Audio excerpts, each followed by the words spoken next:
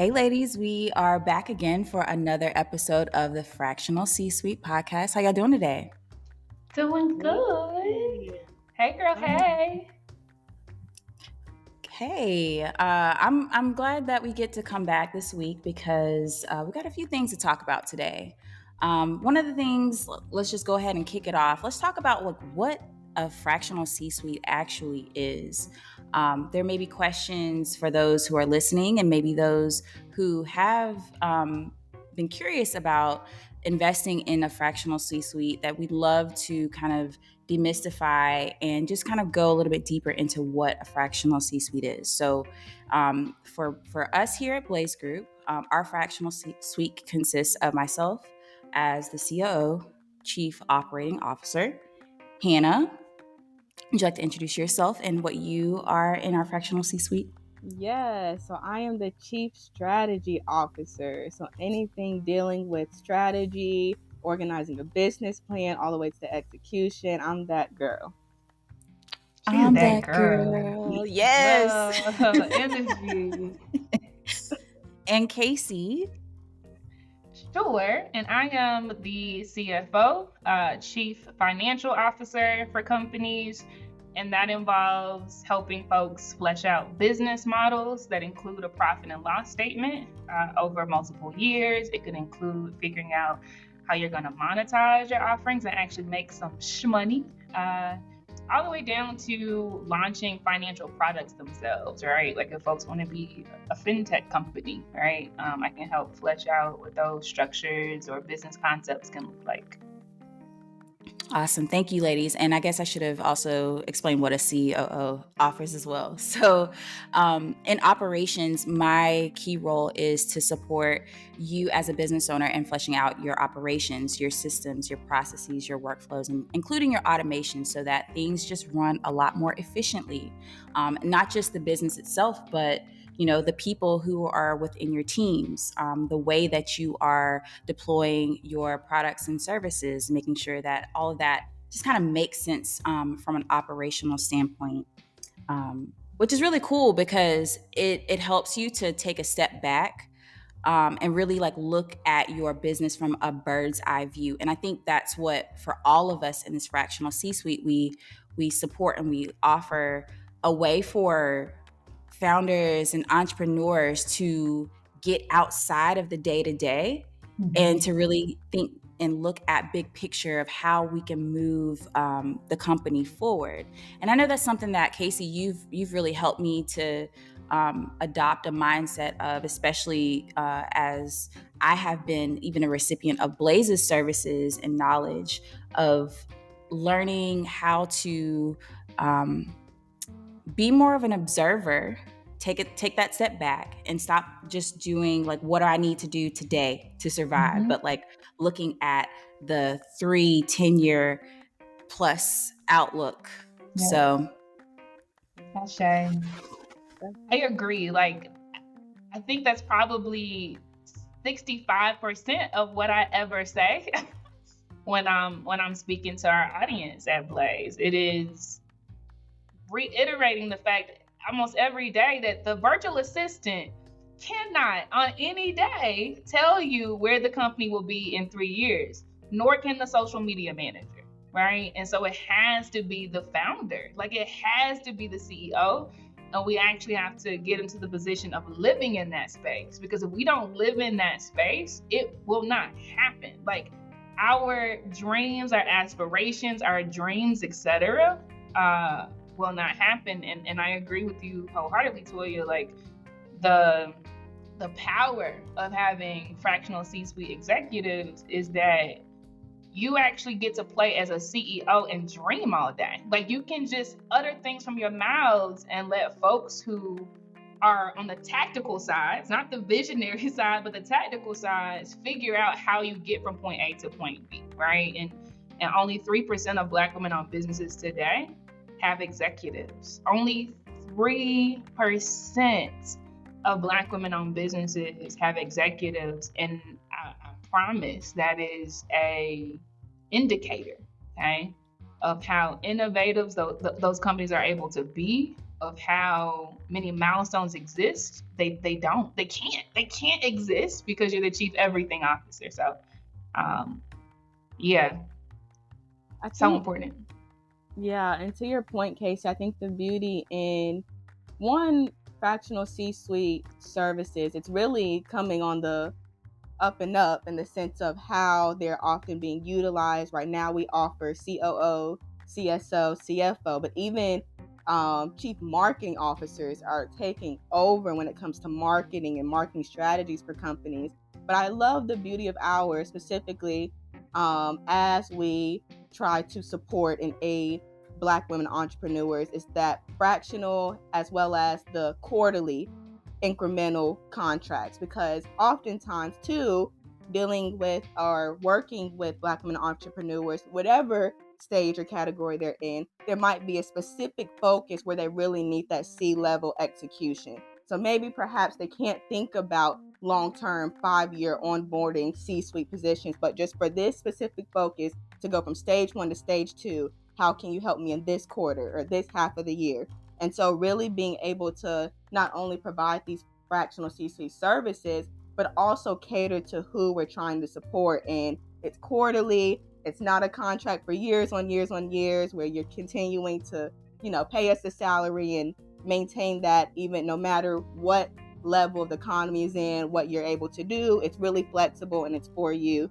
And it's by Black women. I mean, we're all Black women supporting Black women. I think that sets us apart as well. So yeah, I love it. For sure. And I think, Hannah, you brought a great point up, and also something that I want to challenge us, even as the fractional C-suite, is to think about is how we are showing up in relation to like what people are asking for and what they say that they need. Because I believe that the need is there, the demand is there, but sometimes it's not presented in a way that it seems or feels accessible to us. We are more familiar, at least I know I am as a founder myself, I'm more familiar with coaches and, my usual go-to is like, if I don't know how to do something, I'm going to either find a course, I'm going to find a coach, right?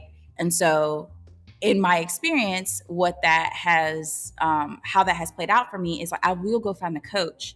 But I have been focused on very like short-term goals or short-term projects.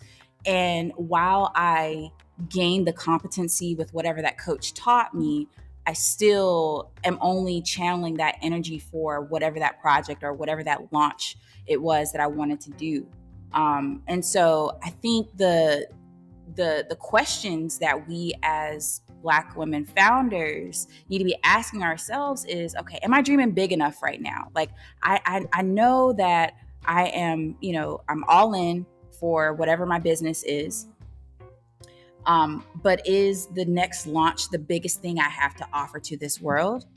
If yes, then maybe that makes sense for you to go hire that coach. But if you know that you have a deeper level of impact that you want to serve the world using your gifts and talents, or if there's something that you want to share and you know that is so much bigger than what you yourself in your own bubble on your own island can kind of construct, I believe a fractional C-suite is actually what you need so that you, again, you're not just stuck in that day-to-day of how do I get to the next month or the next few launches or whatever the case may be, but like, where do I really envision taking this thing or taking my company?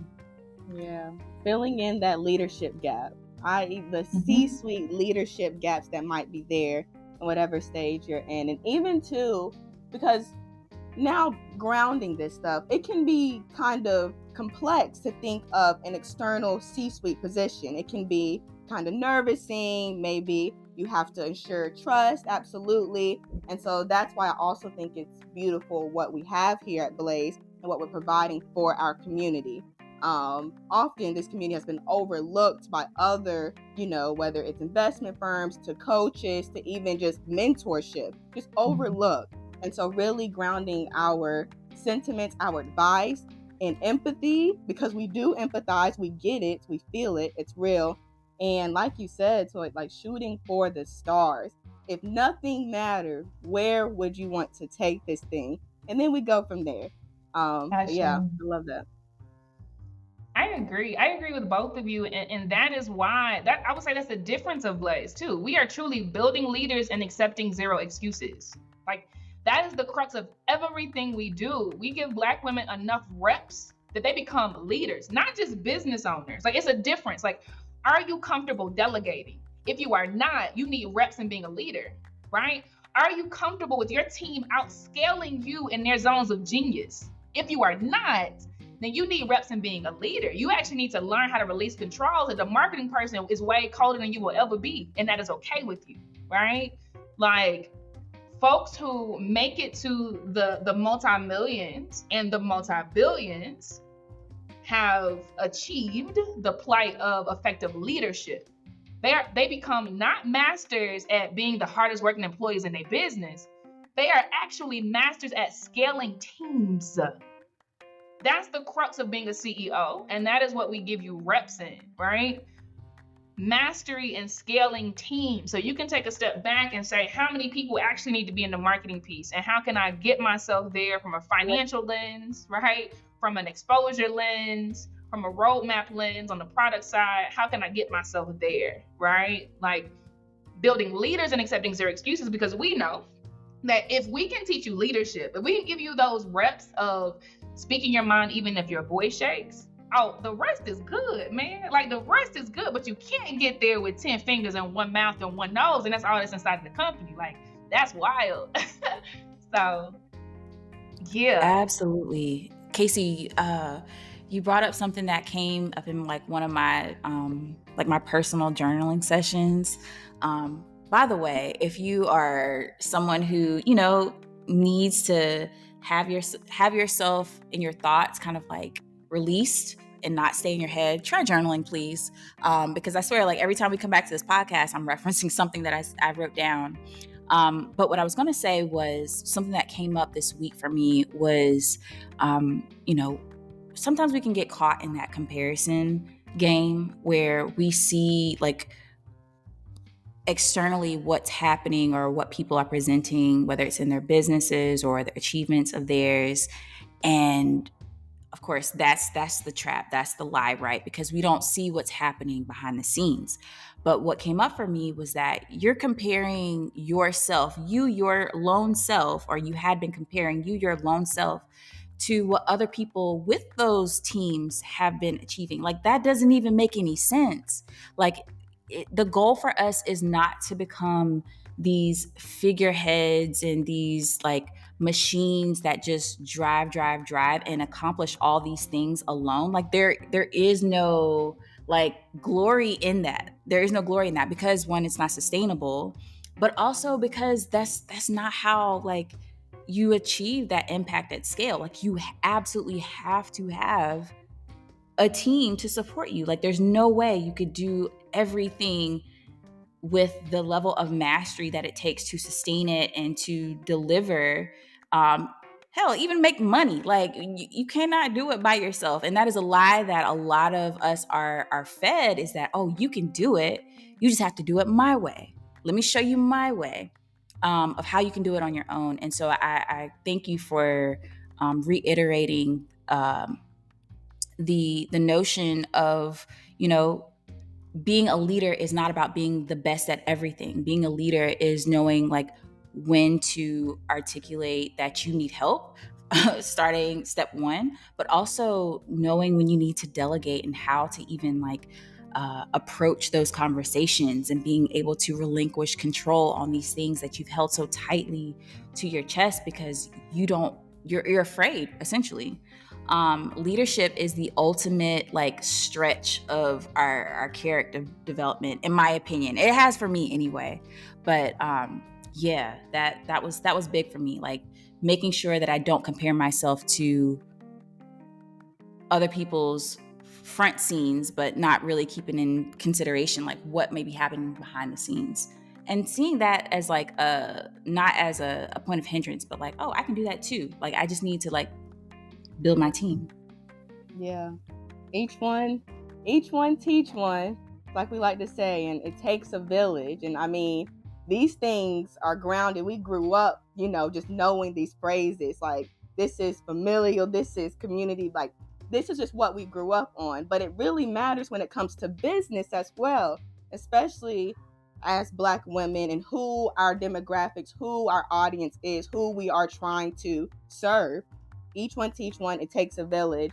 And even in the leadership aspect, I think it's beautiful. And I mean, please give your thoughts, Toya and Case, but I think it's beautiful how we show up as unapologetic but real, in the sense of we too are trying to build something that is Blaze. Like we are being, C-suite services, are having these fractional C-suite services for other Black women entrepreneurs while doing it internally.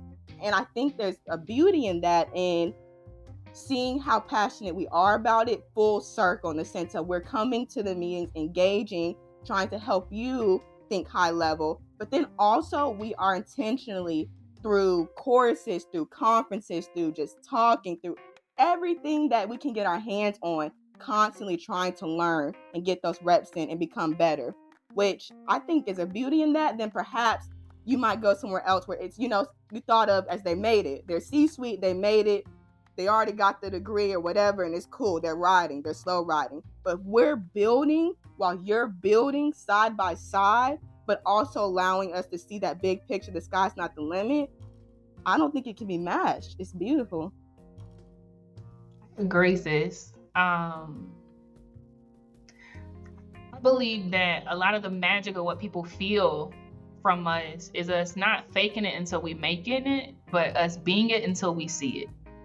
Like, we don't code switch. We don't spout off, oh, we made this much. Like we are literally showing up as we are, right? Real time, and saying, let me hold your hand, sis. Right? And we know, I'll say right now, we know we're going to make some M's. You hear me? We know that is in the roadmap, right? But we don't show up as anything but what we are today. And we know that's still brilliant. We know that's still everything. And we feel the same exact way about the entrepreneurs that we serve that are typically in that first 3.5 years. We just know you need the reps, So I agree, Hannah. Like, I think what we have the audacity to do every single day is what will spark Black liberation. Like, each one teach one. That's real. Like, that came from Nelson Mandela when they were in the prison on Robben Island, like isolated from civilization because their voices were that powerful.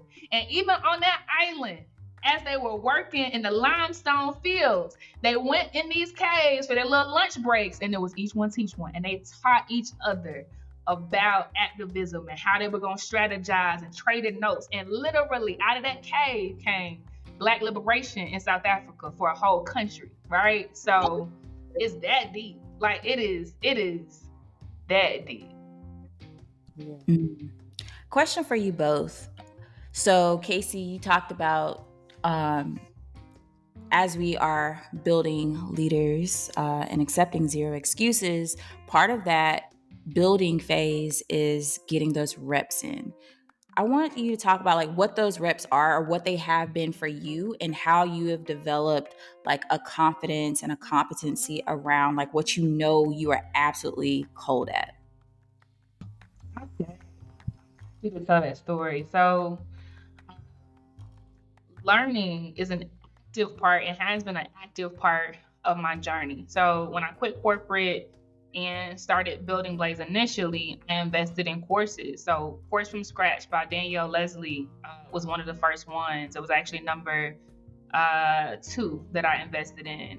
Apps Without Code by Tara Reid was the first one I invested in because I wanted to build this thing called Table and Tribe. I wrote it down, like it's in my notes. Like I talked to my daddy about it, right? And that course didn't get me there, right? Because the apps weren't. No, not now. Love you, girl. But it turns out like the app was actually a website, right? And I'm like, no. Actually, I want to build a native app, right? And so I got into Course from Scratch because that was the next low hanging fruit. Because I knew I could teach until I got the box to do what I needed to do. I could teach. And then the third investment Now that was powerful, right? Because table and chart didn't go away. It actually taught me some things about the elements I needed to build what I wanted to build. So parked that, right? Never did away with it. I just parked it, right? Course from Scratch helped me to launch the Blaze Business Intensive, which became the Blaze Launch Academy. Months after that, though, maybe just 2-3 months after that, I invested heavily in my first consulting project, which was brand management. And my brand management consulting took the course that was called Business Management for Black Women, and said, no, it's not. It's called the Blaze Business Intensive. He said, look at you. You on fire. Like, look at your hair. Look at the way you speak, blah, blah, blah. You blaze. He said, I want you to go home tonight. And he said, I want you to create an acronym for Blaze. I want you to go on Fiverr and pay $25 to 5 people for 5 different logos each, right? And he said, you can't sell naked chicken, Casey, because nobody remembers that. If you go to a vending machine and it's a chocolate bar and a Ziploc bag and it's another chocolate bar and a Hershey wrapper, which one are you choosing? I said, the Hershey wrapper. He said, but they're the same thing. I said, the Hershey wrapper. He's like, why? And I was like, because branding. Like, I know that brand. He was like, exactly. So nobody knows what's business management for Black women, but look at you, like you on fire, you blaze, right? And so that was a worthwhile investment, much like Apps Without Code. I didn't know that a native app was what I needed, right? Much like course from Scratch, I didn't know I could launch a course in 4 weeks before I even made the material. Everybody that is still taking the Blaze Business Intensive today, that was launched and made live every single week as we went through cohorts, right? And much like him, I didn't know that Casey Richardson was a personal brand and not a company brand, right? And so that has perpetuated throughout this entire journey. I have continuously invested in the stretch, right? Because what I believe is I can't be the hardest working employee in my business. Like, I believe that. Like, I got to stay so high in the clouds, pulling, like developing people. I have to, like, for me, my definition of good leadership is how many leaders I can produce out into the world. That's literally my definition of leadership, right? And so I invest heavily in people, right? Like, I tell them all the time, I need you to be colder than me. And I mean that, right? So yeah, the investment in leadership, and then real-time pouring as much as I can into brilliant people around me, right? So that they can outscale me and take the vision further as I continue to point the ship, right? So yeah, I think those are the two things, and then combining that with audacity, right? So the mediocre white man has so much audacity. I'm talking about applying for any job that he wants, competent or not. I'm talking about managing teams, competent or not. Like countries, regions, competent or not, right? And so I challenge myself all of the time, every single day, honestly, to show up with the audacity of the mediocre white man, right? And if I want it, I'm gonna swing for it. If I want the deal, I'm gonna swing for it. If I want that much money, I'm gonna ask for it, right? So I think those 3 things, right, have just helped me to continue to explode in my zone of genius, right? Being taught, teaching others, right? And then just having audacity. Ooh. That was good. That was good. That was good. Woo.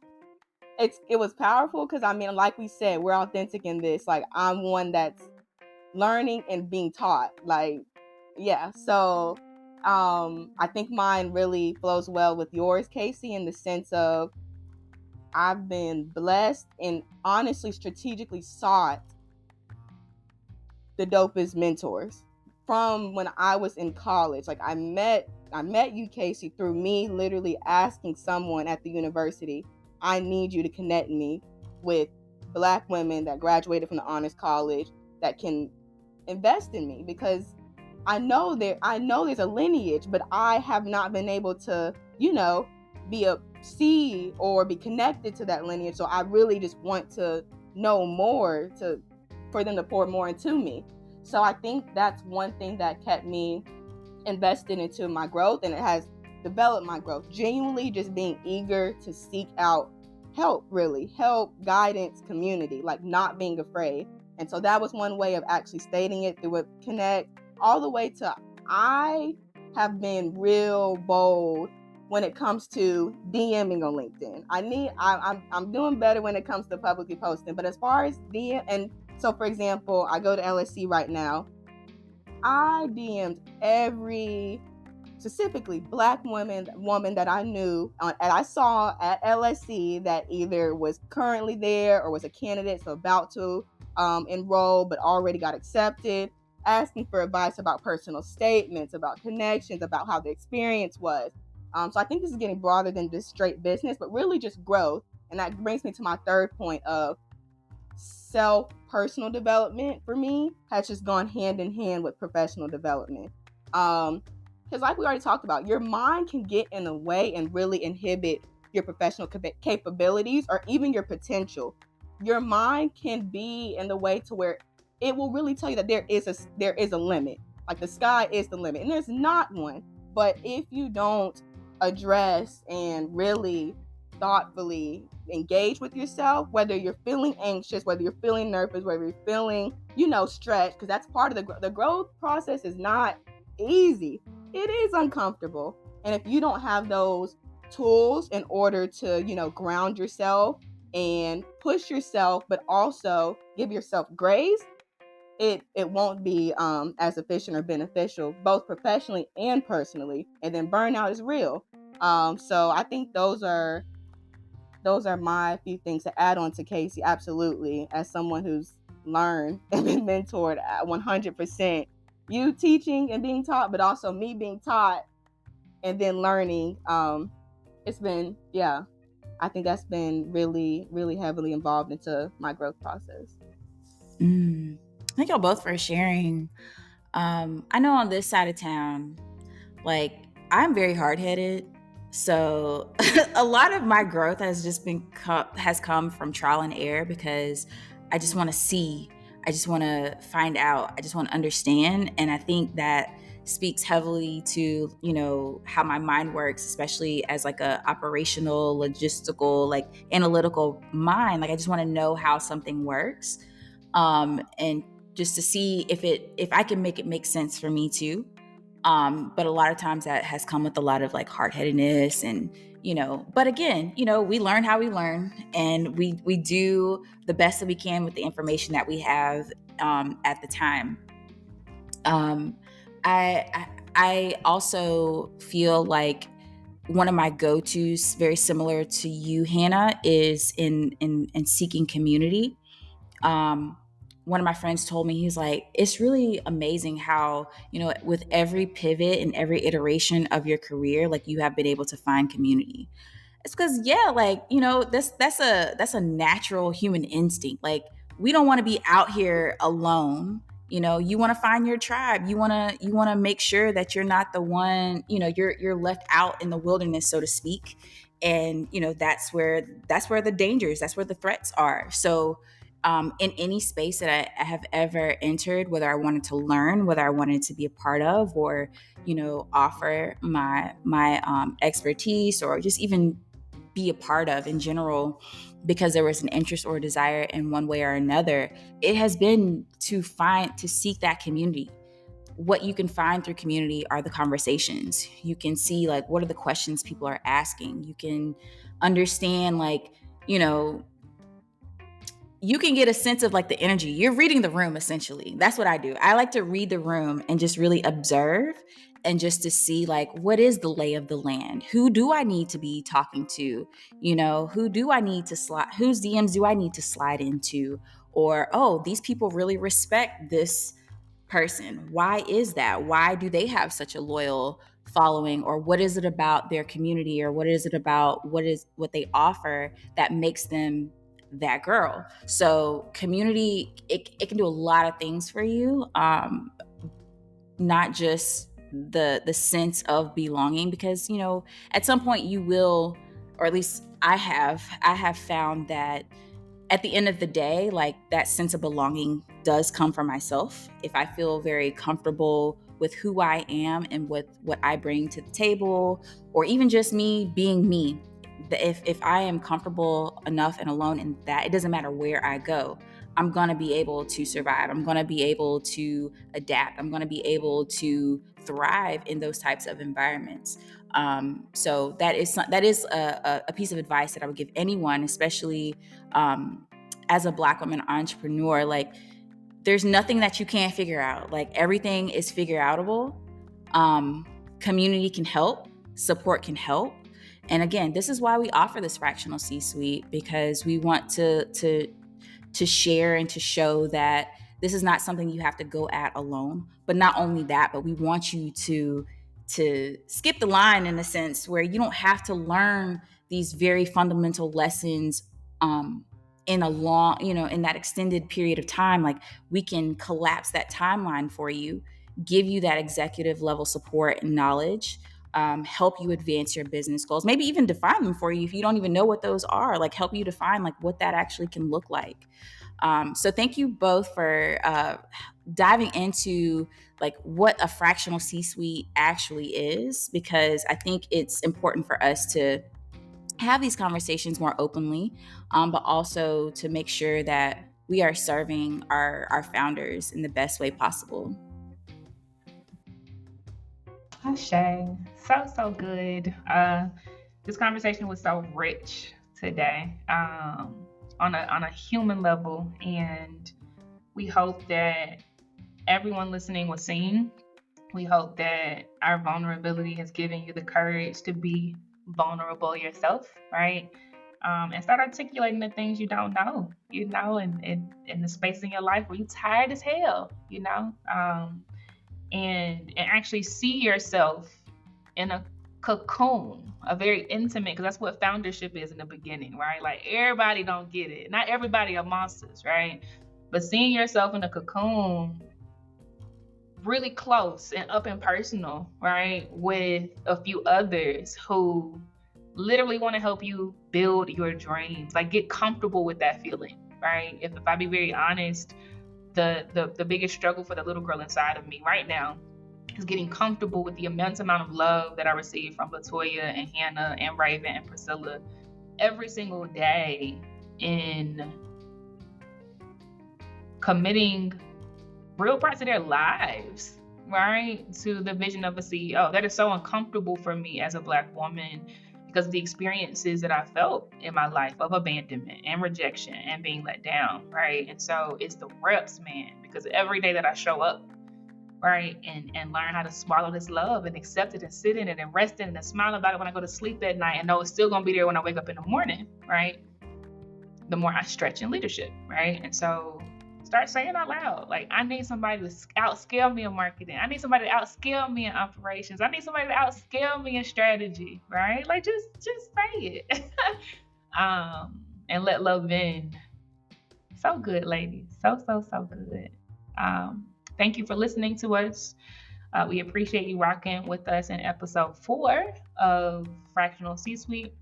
I am Casey Ariel, super cold in finance, if I do say so myself. Hannah is the brilliant mind in strategy, and Toya is the guru in all things operations. Keep it locked. Visit us on blazegroupllc.com/fractional C-suite. That's blazegroupllc.com/fractional C-suite. And definitely hit us up if you're interested in us supporting you in your business. Bye.